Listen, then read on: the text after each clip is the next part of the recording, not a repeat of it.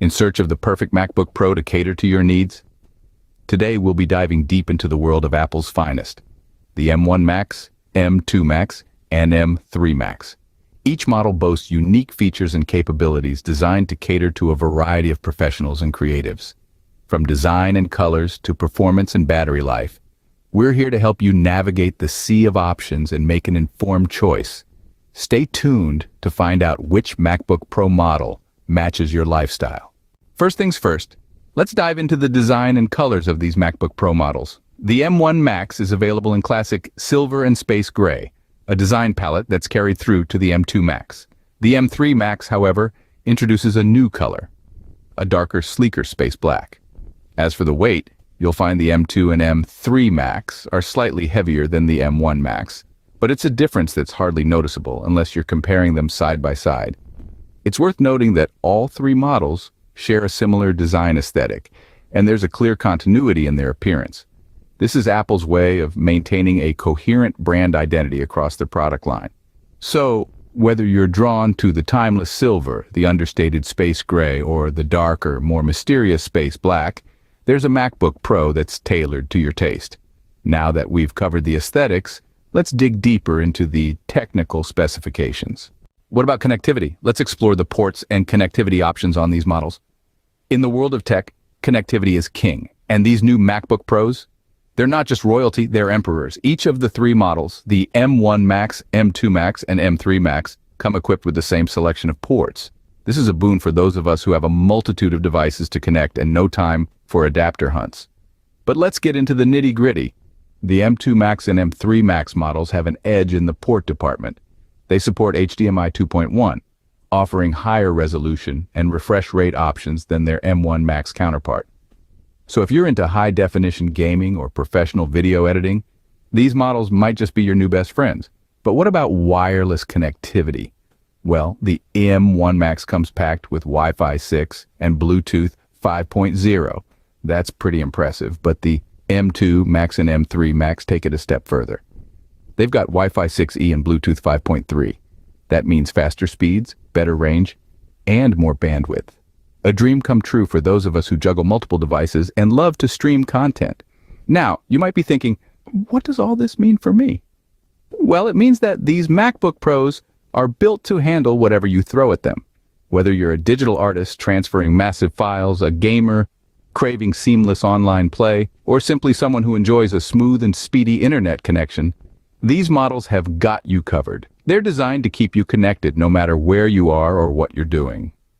In conclusion, the M1 Max, M2 Max, and M3 Max each bring their own strengths to the table when it comes to ports and connectivity. But one thing's for sure, they're all powerhouses, ready to meet the demands of today's tech-savvy world. So whether you're plugging in or going wireless, these MacBook Pros have you covered. Now let's turn our attention to the display, a crucial feature for any laptop. The M1, M2, and M3. Macs all share some notable characteristics. Each model boasts a beautiful display with minimal bezels, providing a more immersive viewing experience.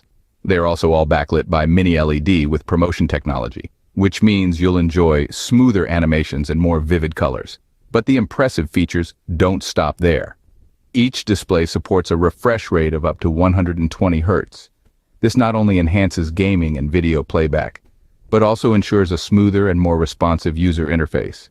When it comes to brightness, these models can reach a peak HDR brightness of 1,600 nits. The M3 Max, however, takes it a step further with a higher peak SDR brightness of 600 nits, which can make a significant difference in well-lit environments.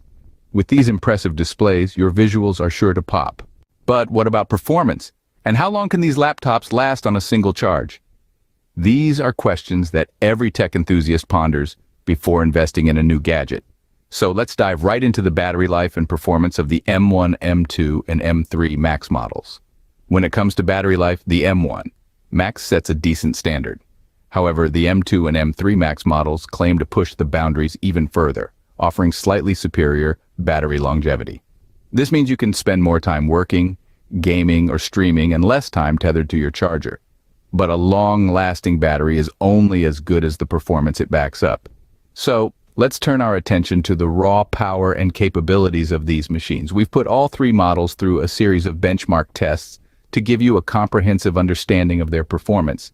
The Cinebench results are particularly enlightening. Here, the M3 Max stands out, showing a significant jump in multi-core performance. This suggests that the M3 Max is well equipped to handle demanding tasks like 3D rendering or complex scientific calculations with ease.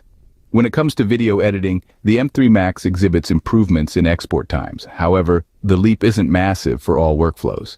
For instance, if you're into 4K video editing, the M1 Max proves itself to be quite sufficient. Interestingly, during the Lightroom export tests, we noted some anomalies in the M3 Max's export times.